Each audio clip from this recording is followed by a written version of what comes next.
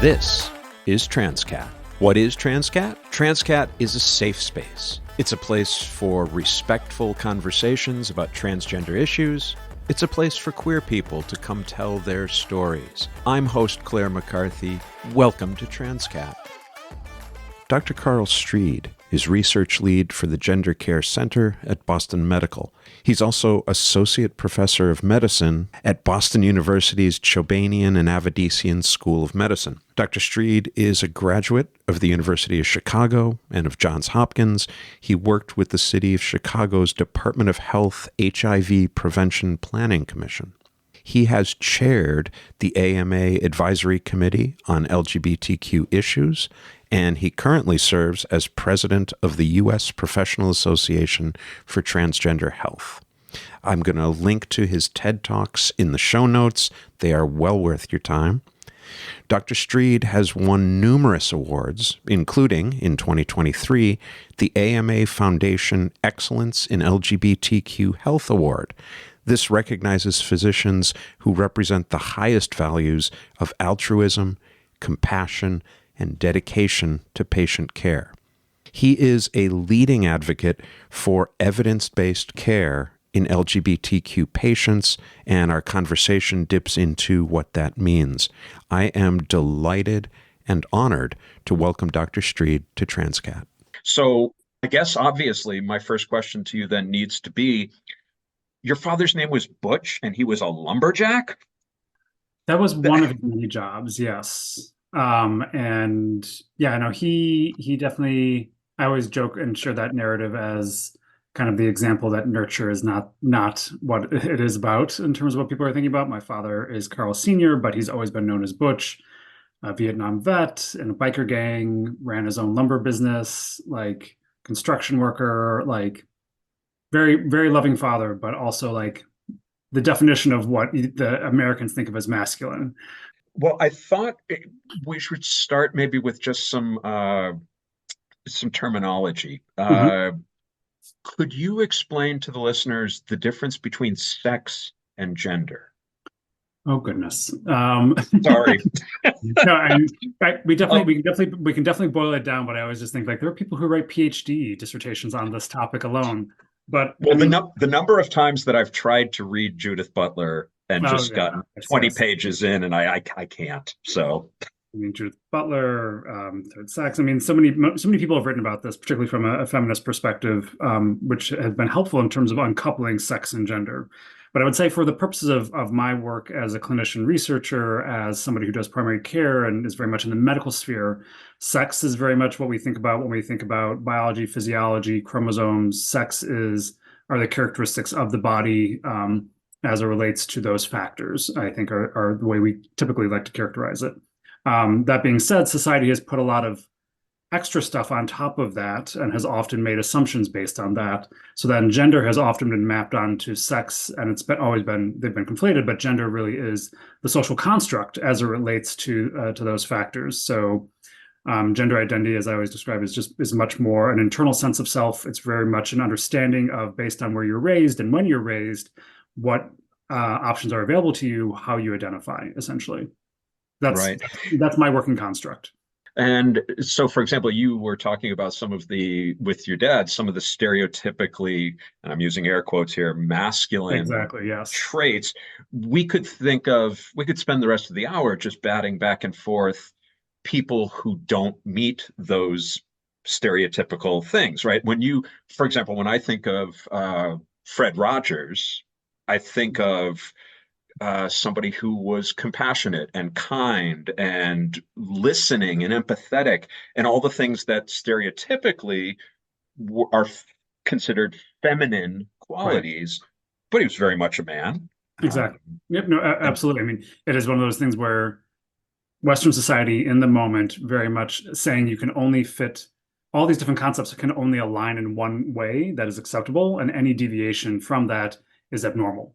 Fred Rogers definitely is somebody to look up to, can definitely see a lot of positive qualities, but society would never have said Fred Rogers was the epitome of masculinity or the epitome of what it means to be a man, despite honestly having many positive qualities. And that is not to say that society is right in saying that, but that is what I feel like we hear. Those are the messages we hear. Oh, sure. From the playground on up. Absolutely. Now, your research, is it fair? Maybe I should start with this. Is it fair to say that you're a research guy at heart? You're a data guy. I definitely would stick to saying like, yes, I'm a nerd. I'm very much more focused around trying to understand what data we do have, what data we do need, and how we can use that to kind of improve the well-being of the people we care about. And for me, that is very much focused around marginalized populations as society defines them, and particularly trans individuals. Your research seems to show that even if we exclude all those social aspects of gender, and we can, even if we could somehow disentangle them, your research shows that there's more than enough diversity in the physical sex determination to warrant saying that gender is not, cannot, has never been a binary. Yeah, and I wouldn't necessarily say it's strictly my research. I would say it's more my distillation of what we know and what information is available. I always like to make the distinction between research that I've conducted and the research that I've reviewed to kind of try and help disseminate those findings. I and other researchers who've been doing this as long, if not longer, we've all written around this notion that binary is very much a false setup in nature overall. There's very rarely any kind of hard and fast rules around binary conditions.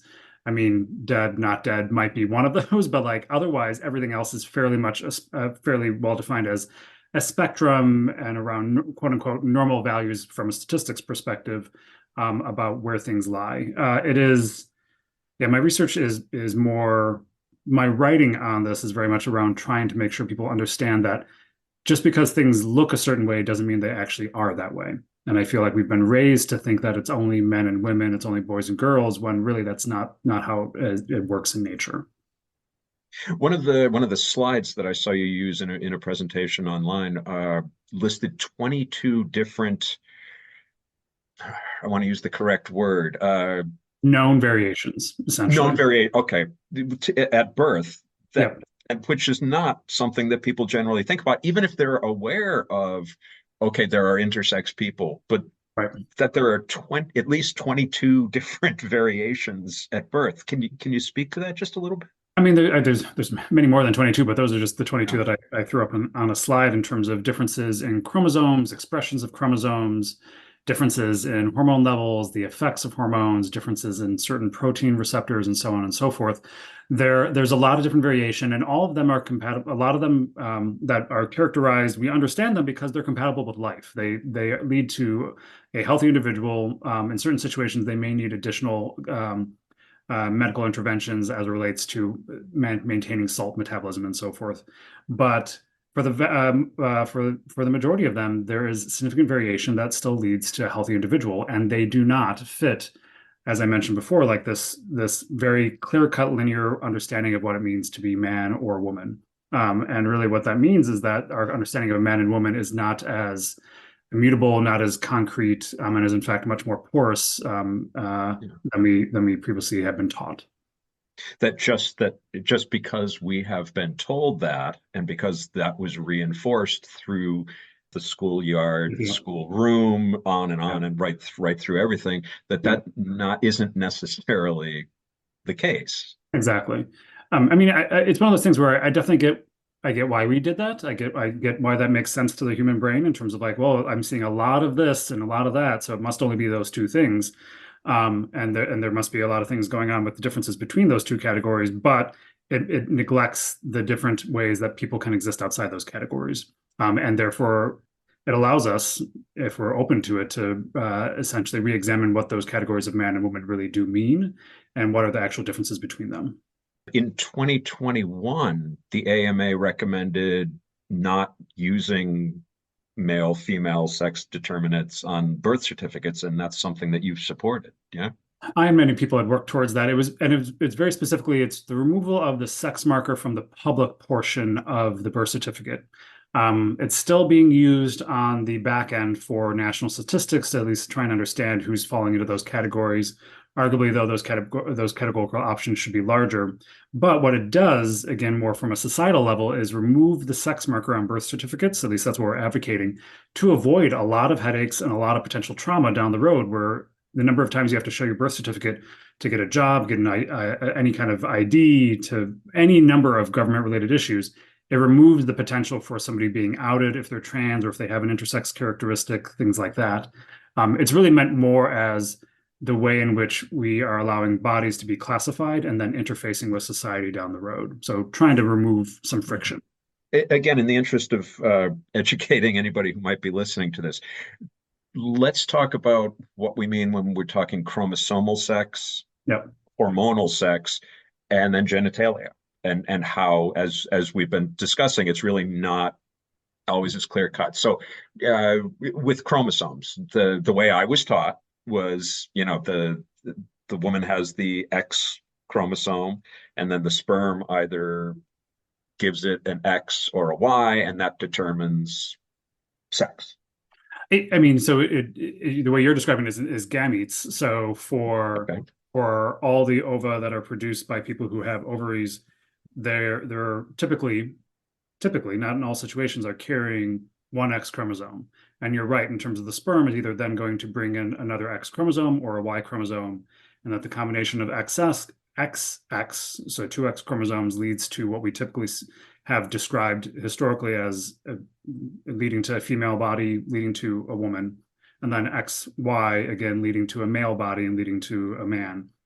That's what we think of when we talk about chromosomes. There's a lot of different variations, though, in chromosomes. People can have multiple X's, one X. People can have multiple X's and Y's, leading to different conditions. Some of them do, as I mentioned, require certain medical interventions, depending on how they present. But again, all possible variations.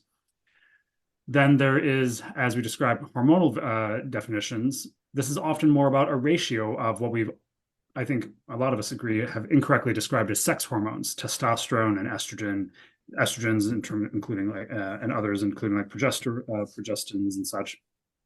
And that there is this notion that there is some sort of ratio that is to be expected. Very high levels of testosterone, very low levels of estrogen are typically described as what we see in male bodies, whereas we're seeing much higher levels of estrogen and lower levels or comparably lower levels of testosterone in typical female bodies. Those are the categories that hormones try to differentiate. But again, hormone levels can vary widely within even a group that we've categorized. So, for example, in cisgender men, and this comes up a lot more, we'll talk about it later perhaps, but like even in elite athletes, the range of testosterone is astronomically large, much larger than people give credit for. So again, recognizing that there's a lot of normal variation even in hormone levels. And then lastly, you had another one.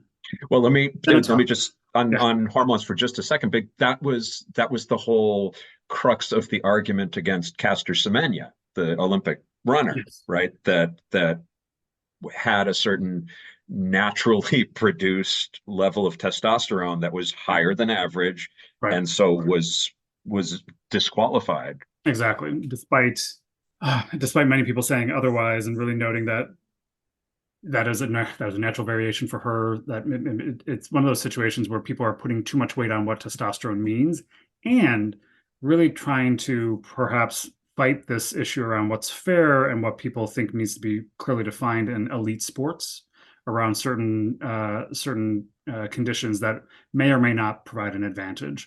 So again, noting that testosterone is not the end all be all that people describe. It's been written about quite well by many other people. But yet, unfortunately, Caster Semenya has been the case most often discussed, given that it's quite contemporary. So to jump in with the devil's advocate thing here, critics would say, okay, gender is hard and fast a chromosomal thing. And we're saying that maybe there's a lot more variation there than you're aware of. Exactly. Okay, gender's a hormonal thing. You've got testosterone and you've got estrogen. Well, maybe that's not.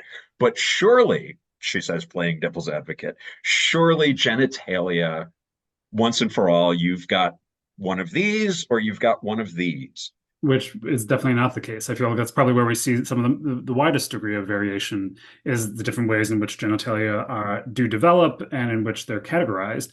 And too often, I mean, we've been moving away from this model where we were really trying to say it is either a vulva and vagina or it is a testes and penis kind of situation. And we have definitely seen significant variation. And honestly, the difference between whether people are going to, whether a newborn is going to have a surgical intervention is strictly around the length of what might be described as the phallus. So again, significant variation in a continuous variable like measurement really, for me, proves the point like this is not a set cut and dry binary category. What has happened lately, thankfully, is this move away from doing surgical interventions on newborns unless there's like a critically necessary situation. Again, if there's any issues with the tissue, if there's concern about malignancy, or if there's issues around, again, more often describing like salt metabolism and such, the child should be let to develop, should be left to develop. The genitalia should be left as is, essentially, and we should stop making assumptions about how to push people, how to surgically alter them to put them into a particular box or not. There are definitely many cases where people have had surgical interventions and find out later in life that's not who they are, that's not their identity as was assumed based on their reconstructed genitals. So it's a mess. We are dealing with a lot of good intentions that just did not go well. There's a really magnificent documentary that came out this past year called Everybody. Yes. I don't know if you've seen it. I've not had a chance to see it all the way through, but I'm familiar. Yes. But a chunk of it is these three intersex folks. They sit them down and watch footage of this Dr. John Money, who was sort of the leading surgeon, and he apparently was the one who pushed for all these surgeries on infants, and it speaks to something much broader than transgender and intersex people, in that when the medical community looks at things as a disease, they are obligated to try to find a cure. But if you look at it as, no, this is not something wrong, this is not something to be cured, this is just part of the variety and the diversity of nature, then you show a little more respect before you start cutting into somebody. Exactly. No, absolutely. It really does come down to, if we label something a nail and we have a hammer, we're going to use it. Right. In terms of intersex people, how big of a population are we talking about? How common is that? Because I think it's fair to say that the average person who is just beginning to try to wrap their head around transgender as a concept, right? This is just, what are you talking about? So lots of caveats. I always have a lot of caveats whenever I mention certain numbers. So I've definitely been seeing a lot of reports from 0.1% of the live birth population to 1%. A lot of that is an artifact of, there's a lot of different conditions that are described as intersex that fall under that umbrella, or differences in sex development. And we just don't have really good data on this, at least particularly in the US context, where we don't have national surveys around intersex conditions. Some of these conditions are also not diagnosed at the same point in life for folks. Sometimes it can be diagnosed as soon as they're born, it can be diagnosed a few years after, or even later in puberty or adulthood. So again, there's a lot of different factors that affect the data for us to say what the best estimate is. But that being said, as best we understand, it's somewhere between a factor of 10 of 0.1% to 1%, potentially even a little bit higher, depending on which conditions are included.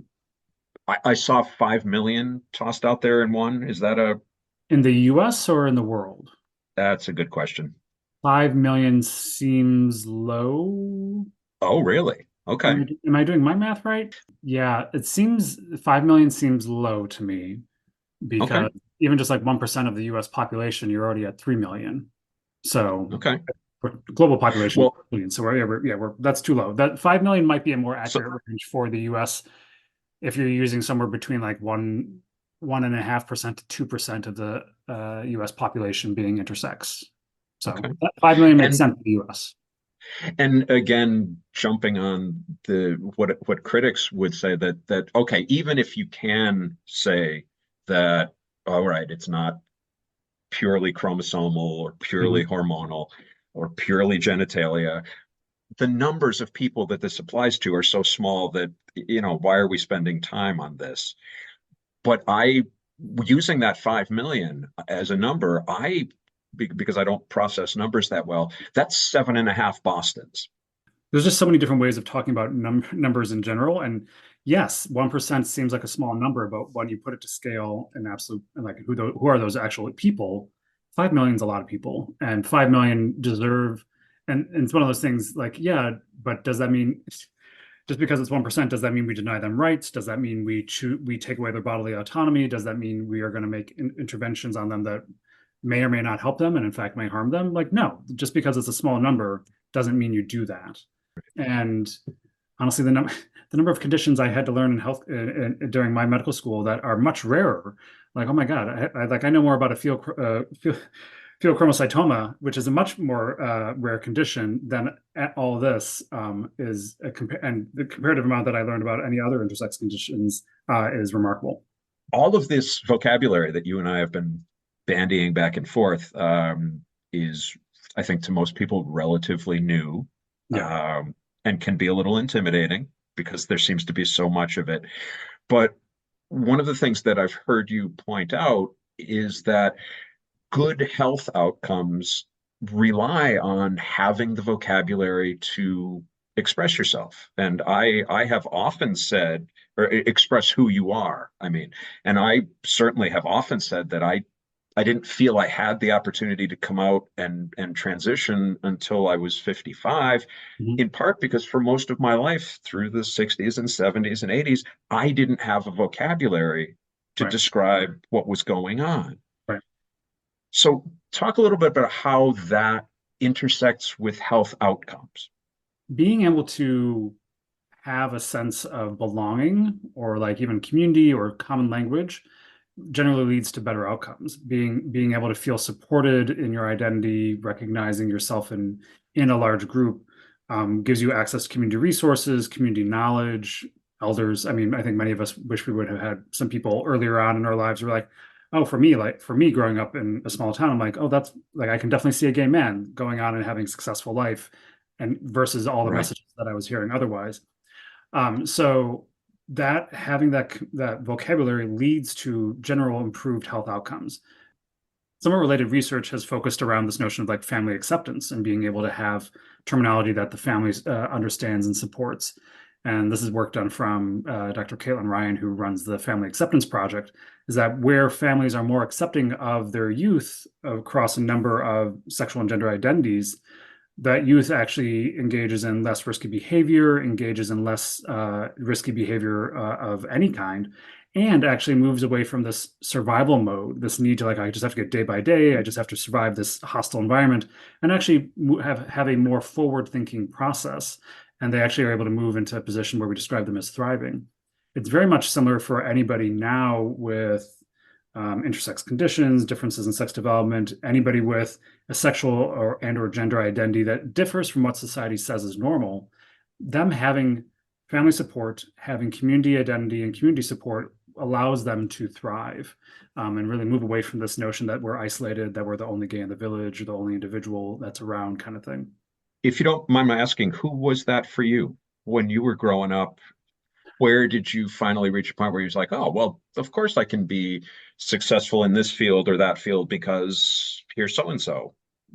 I don't know if there, I'm not one that's predisposed to having role models. I would say I definitely am a person who has like a what I describe as a board of mentors, people who have different qualities and characteristics, that there's no one person. But I will say I was fortunate to grow up at a time when there was definitely a tipping point in the media, at least in terms of around at least gay representation, certainly not around all representation.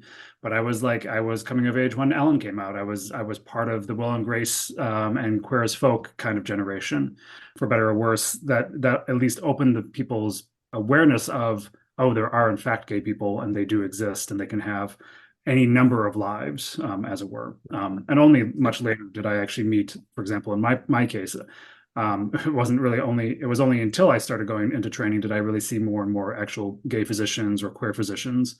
So at least knew that it was an option. I remember it's one of the TED Talks you alluding to finding discrimination as you were working your way up in the field. Is that in terms of research opportunities or or in terms of I mean, so employment?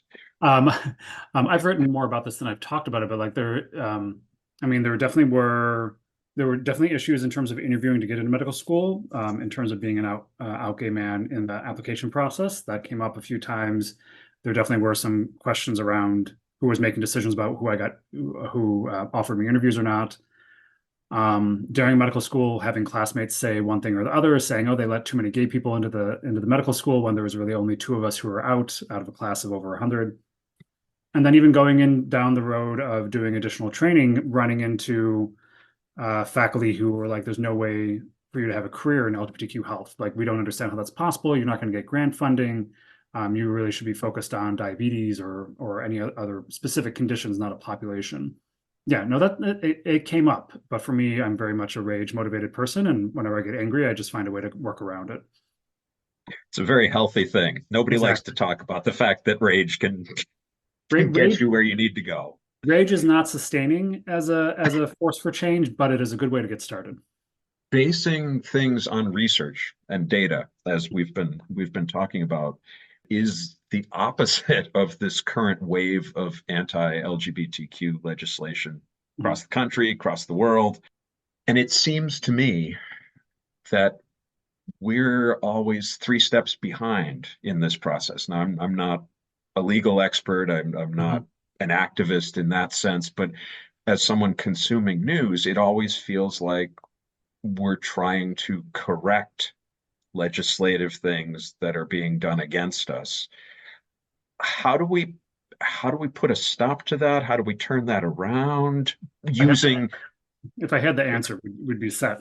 I feel like it's not that we are 2 or 3 steps behind, particularly from a data or research perspective, is that legislators are going beyond what the research shows, and in fact are ignoring all research in general.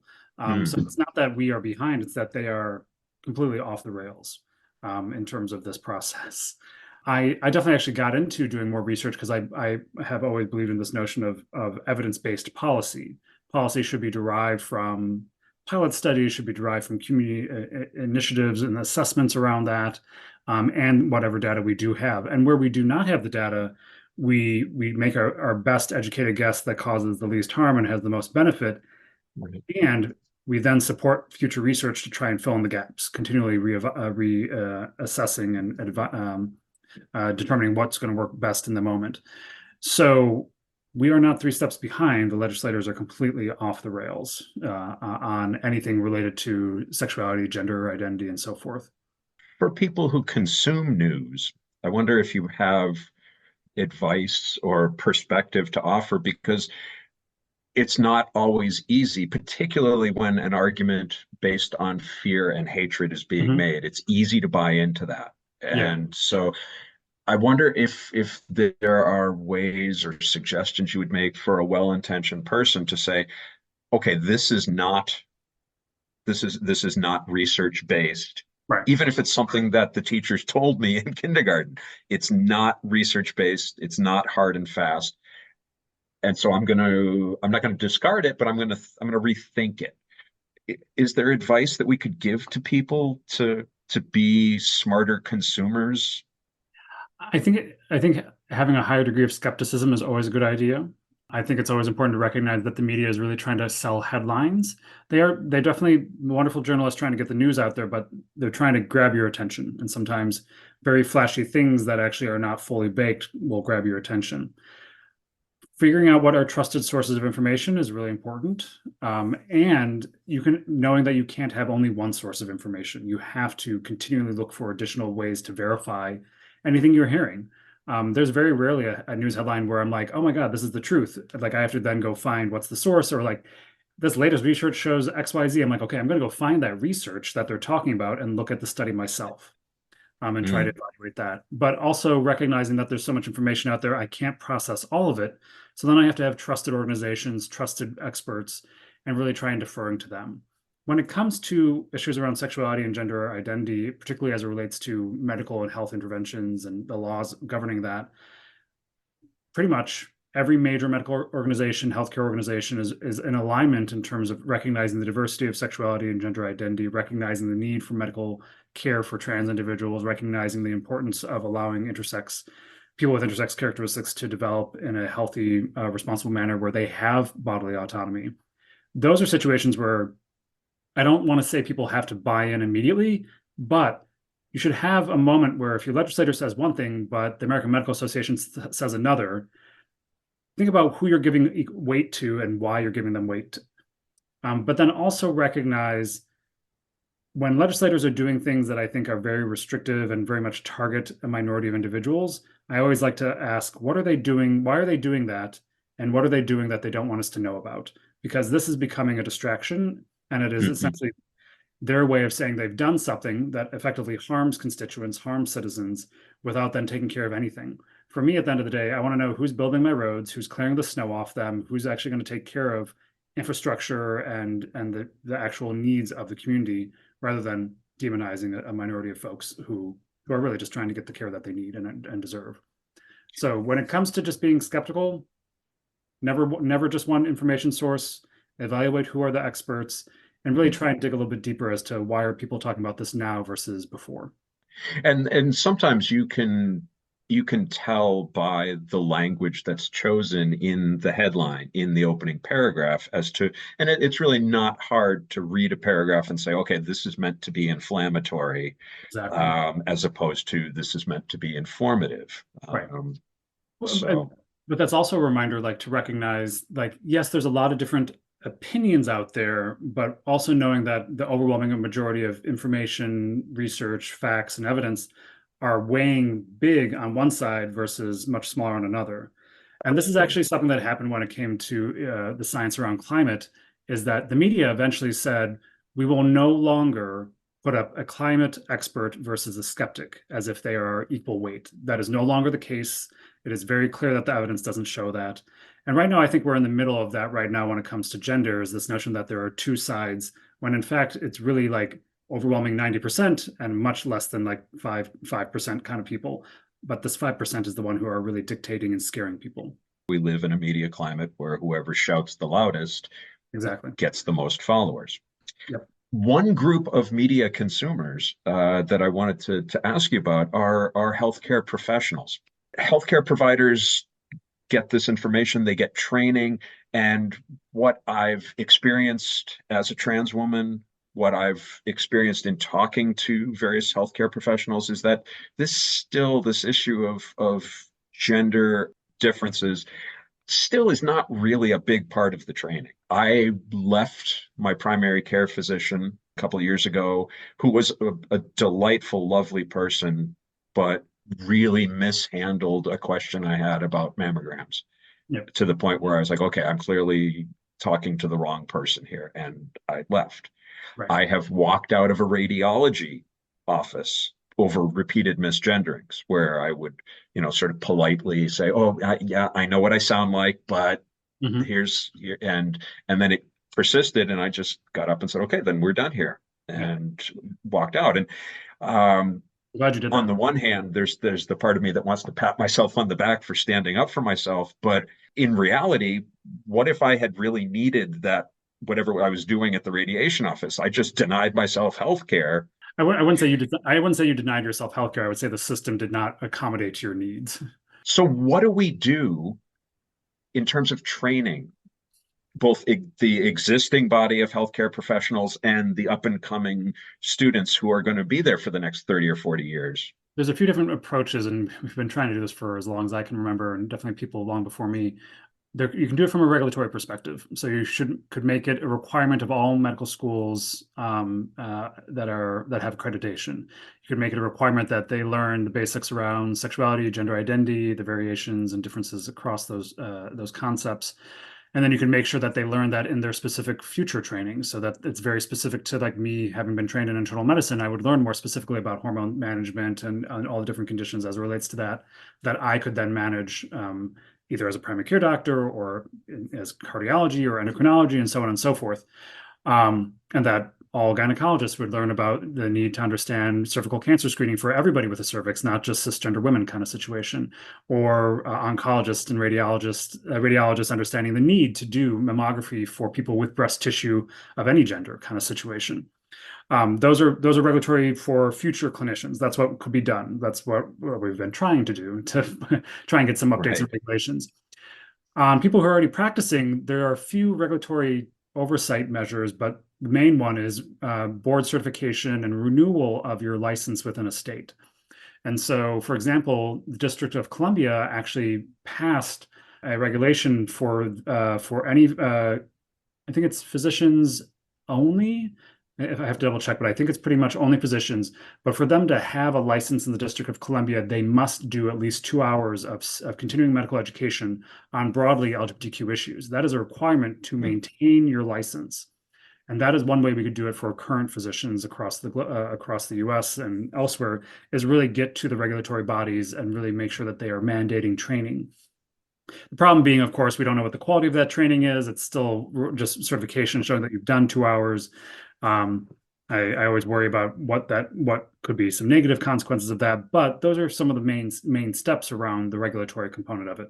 And then there's always the well-meaning. We just continue to hold trainings. We teach people who are supportive but want to learn more, and then ideally there's diffusion from them, that their colleagues will see them taking care of patients and learn from them as well. Like myself, I have many colleagues who are wonderful people who I go to for my care or I send family to, who have learned about gender-affirming hormone therapy from me and from my colleagues who do this work, because they saw that they wanted to be able to do that better because they weren't trained before. So there are many ways of approaching it, but I'm a big fan of the regulatory way, to just like make it a requirement, make sure everybody's exposed, and kind of go from there. Because I think when people think about transgender people in the medical system, they focus on gender-affirming care, but the reality is so much more.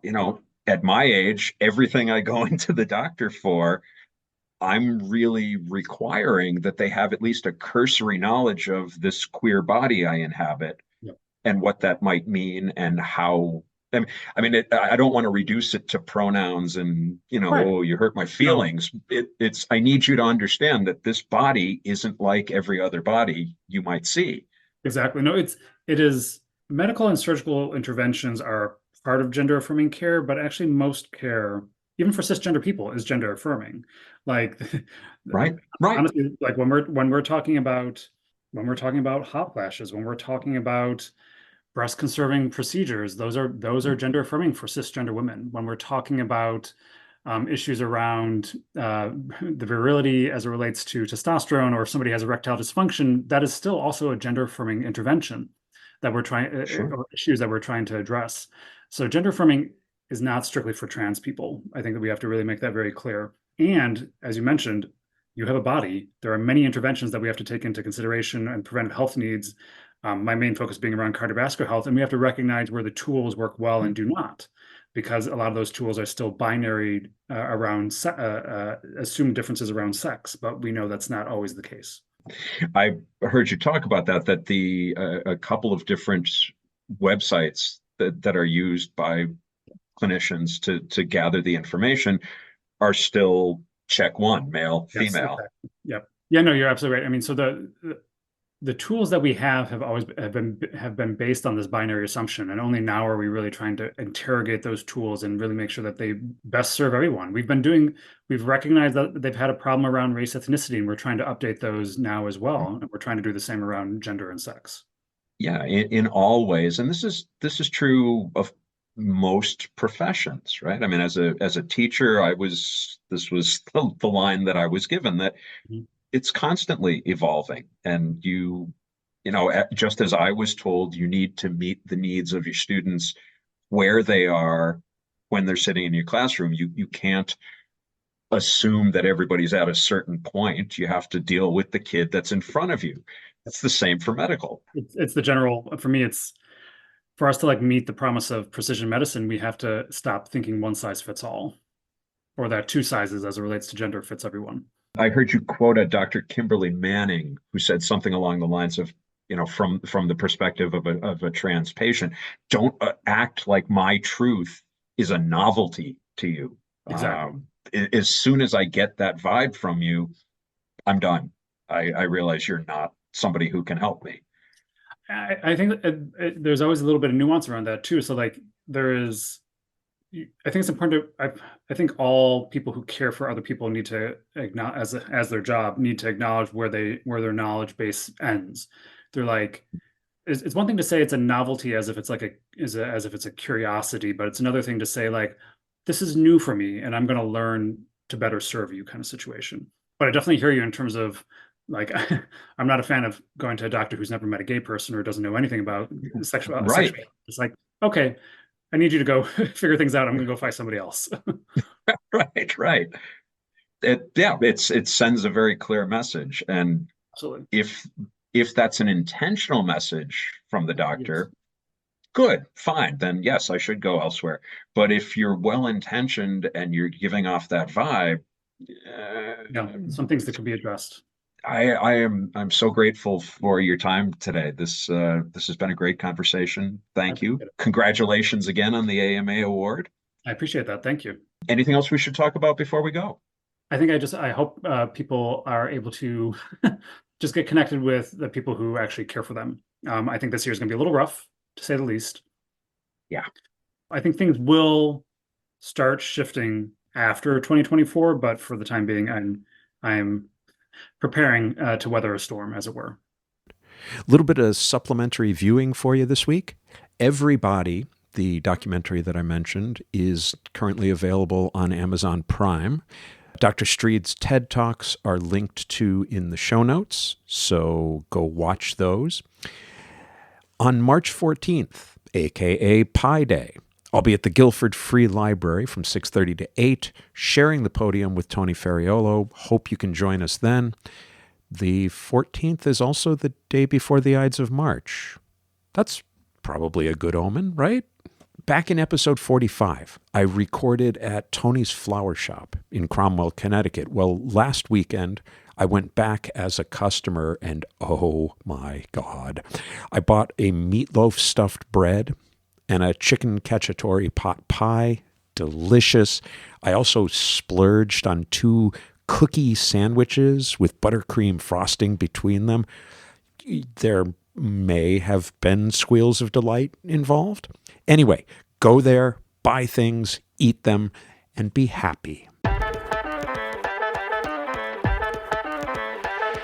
This is Sadie McCarthy. I'm Claire's niece. And you've just been listening to Transqat. It is made by one of my favorite people in the world, Clare McCarthy. Transqat is a production of Transqat Enterprises, LLC. Copyright 2023, all rights reserved. Join us on the web at transqat.com. That's TRANSQAT.com. QAT.com. QAT.com. There you'll find links to Transqat, the blog, writing projects, speaking engagements, and our PayPal donations page. Please consider supporting our mission with your monkeys. Monies. Your monies. Your monies. Not monkeys. Please consider supporting our mission with your monies. Any monkeys will be gratefully received as well. Follow Transqat on Instagram, Facebook, Twitter, and YouTube. On TikTok, we are at The Real Transqat. Want to tell your story on air? Or ask Claire a question? What is the deal? She has all the answers. Or suggest a guest or topic for an upcoming episode. Use the contact page at the website or email her directly at crmtranscat@gmail.com. crmtranscat@gmail.com. And thanks for listening. Thanks for listening. Thanks for listening. Thank you for listening. Thanks for listening. Thanks for listening. Bye.